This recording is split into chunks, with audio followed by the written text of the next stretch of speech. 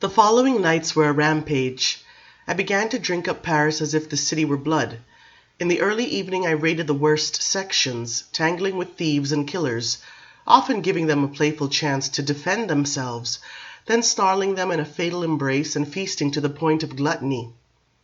I savored different types of kills, big lumbering creatures, small wiry ones, the hirsute and the dark-skinned, but my favorite was the very young scoundrel who'd kill you for the coins in your pocket. I loved their grunting and cursing. Sometimes I held them with one hand and laughed at them till they were in a positive fury, and I threw their knives over the rooftops and smashed their pistols to pieces against the walls. But in all this my full strength was like a cat, never allowed to spring, and the one thing I loathed in them was fear. If a victim was really afraid, I usually lost interest. As time went on, I learned to postpone the kill. I drank a little from one and more from another, and then took the grand wallop of the death itself from the third or the fourth one.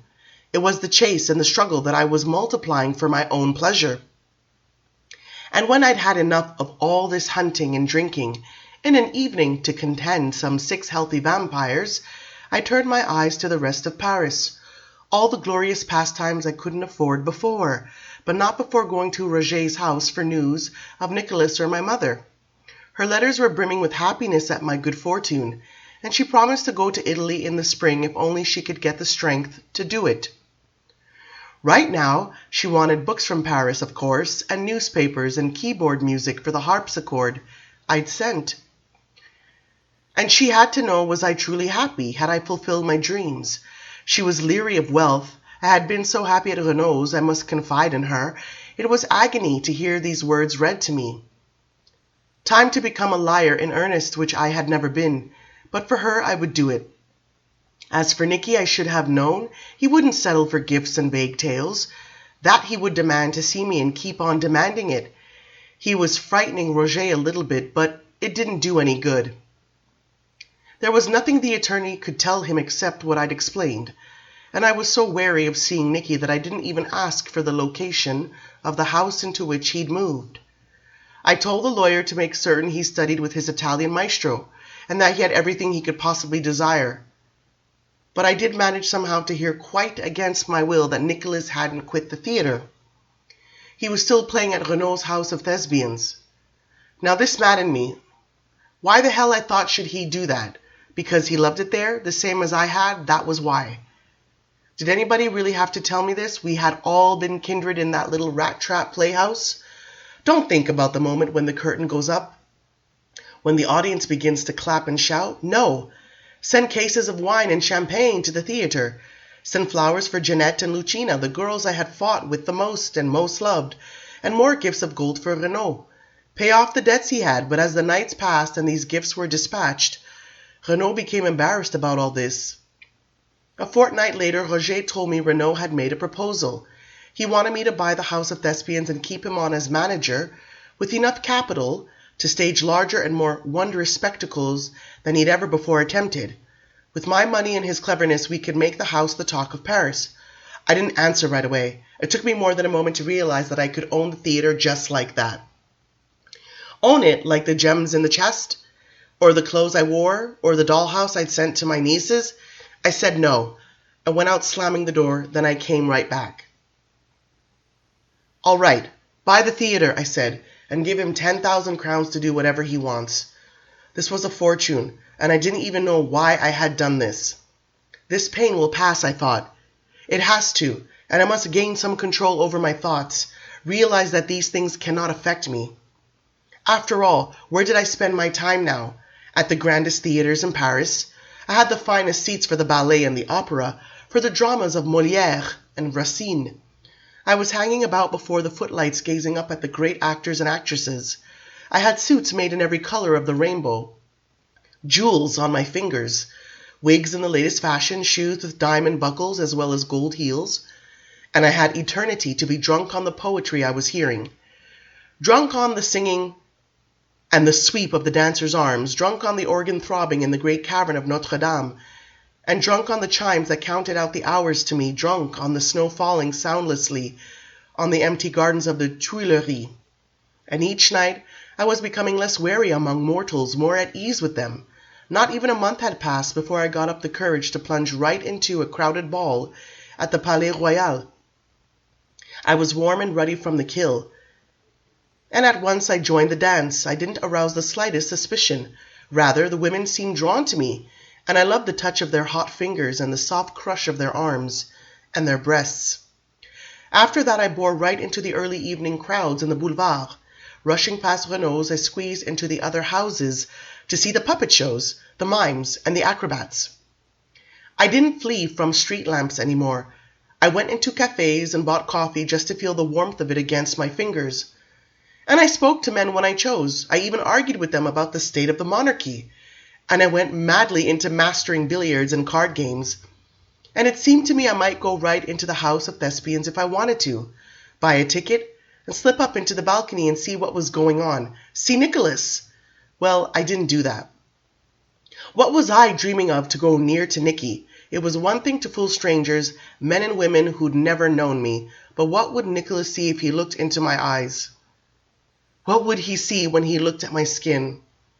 Besides, I had too much to do, I told myself. I was learning more and more about my nature and my powers. My hair, for example, was lighter, yet thicker, and grew not at all. Nor did my fingernails and toenails, which had a greater luster, though if I filed them away, they would regenerate during the day to the length they had been when I died. And though people couldn't discern such secrets on inspection, they sensed other things. An unnatural gleam to my eyes, too many reflected colors in them, and a faint luminescence to my skin. When I was hungry, this luminescence was very marked. All the more reason to feed, and I was learning that I could put people in thrall if I stared at them too hard, and my voice required very strict modulation. I might speak too low for mortal hearing, and were I to shout or laugh too loud, I could shatter another's ears. I could hurt my own ears. There were other difficulties, my movements. I tended to walk, to run, to dance, and to smile and gesture, like a human being.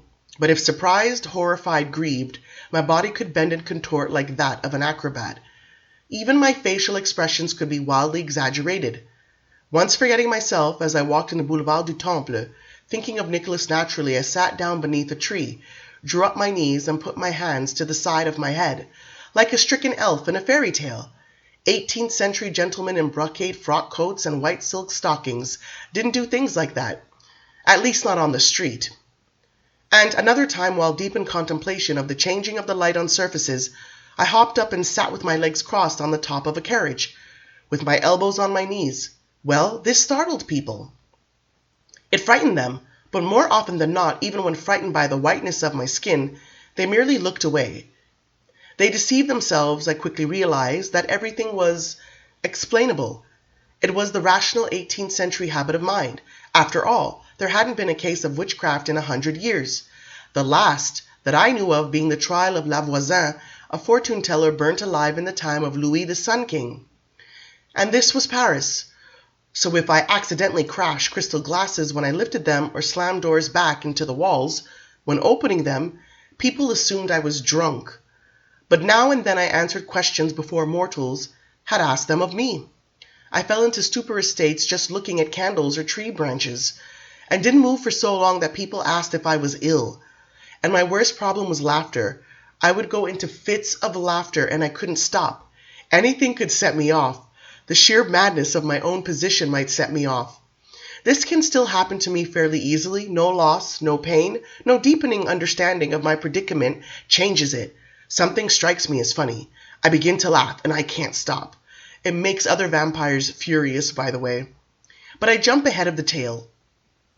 As you have probably noticed, I have made no mention of other vampires. The fact was I could not find any. I could find no other supernatural being in all of Paris. Mortals to the left of me, mortals to the right of me, and now and then, just when I'd convinced myself it wasn't happening at all, I'd feel that vague and maddeningly elusive presence. It was never any more substantial than it had been the first night in the village churchyard, and invariably it was in the vicinity of a Paris cemetery. Always I'd stop, turn, and try to draw it out, but it was never any good. The thing was gone before I could be certain of it. I could never find it on my own, and the stench of city cemeteries was so revolting I couldn't, go into them. This was coming to seem more than fastidiousness or bad memories of my own dungeon beneath the tower. Revulsion at the sight or smell of death seemed part of my nature. I couldn't watch executions any more than when I was that trembling boy from the Auvergne, and corpses made me cover my face. I think I was offended by death unless I was the cause of it, and I had to get clean away from my dead victims almost immediately. But to return to the matter of the present, I came to wonder if it wasn't some other species of haunt, something that couldn't commune with me. On the other hand, I had the distinct impression that the presence was watching me, maybe even deliberately revealing itself to me. Whatever the case, I saw no other vampires in Paris, and I was beginning to wonder if there could be more than one of us at any given time. Maybe Magnus destroyed the vampire from whom he stole the blood. Maybe he had to perish once he passed on his powers, and I too would die if I were to make another vampire. But no, that didn't make sense. Magnus had had great strength even after giving me his blood, and he had bound his vampire victim in chains when he stole his powers. An enormous mystery and a maddening one, but for the moment, ignorance was truly bliss, and I was doing very well discovering things without the help of Magnus. And maybe this was what Magnus had intended. Maybe this had been his way of learning centuries ago. I remembered his words that in the secret chamber of the tower I would find ale that I needed to prosper. The hours flew as I roamed the city, and only to conceal myself in the tower by day did I ever deliberately leave the company of human beings. Yet I was beginning to wonder, if you can dance with them and play billiards with them and talk with them, then why can't you dwell among them just the way you did when you were living? Why couldn't you pass for one of them and enter again into the very fabric of life, where there is... What? Say it! And here it was nearly spring, and the nights were getting warmer, and the house of Thesbians was putting on a new drama with new acrobats between the acts, and the trees were in bloom again, and every waking moment I thought of Nicky. One night in March I realized, as Roger read my mother's letter to me, that I could read as well as he could. I had learned from 1,000 sources how to read without even trying. I took the letter home with me. Even the inner chamber was no longer really cold, and I sat by the window, reading my mother's words for the first time in private. I could almost hear her voice speaking to me. Nicolas writes that you have purchased Renaud's. So you own the little theater on the boulevard where you were so happy? But do you possess the happiness still? When will you answer me? I folded up the letter and put it in my pocket. The blood tears were coming into my eyes. Why must she understand so much, yet so little?